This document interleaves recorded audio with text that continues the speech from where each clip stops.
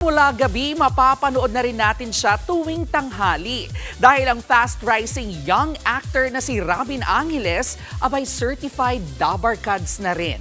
Nasa frontline ng balitang yan, si MJ Marfori. Wow! Halos hindi na nga makapagsalita si Robin Angeles dahil sa tindi ng tilian ng kanyang fans sa mall na ito sa Maynila.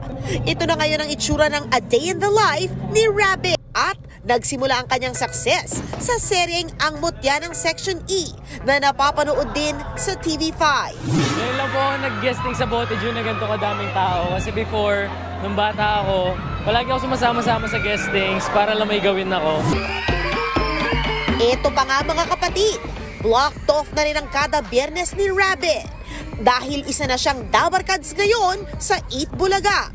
Friday habit na ng malala ang kanyang viral dance moves at cutie spills. Nakakahiya pa rin po, pero medyo nasasanay na po ako pag pinagsasalita nila ako.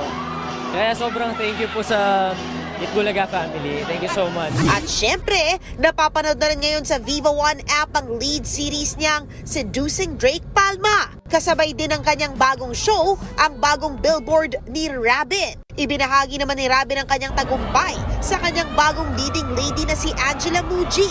O mga kapatid, get your daily dose of Robin dito sa TV5.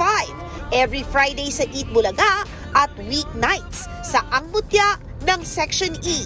Nagbabalita mula sa Frontline. MJ Marfori, News 5. Mga kapatid, ito po ang inyong K-Alaman Queen, Kalad Karen. Always remember na ang K-Alaman ay K-Yamanan. Kaya para sa latest showbiz news at dagdag impormasyon, mag-follow at mag-subscribe sa social media pages ng News 5. K? Okay.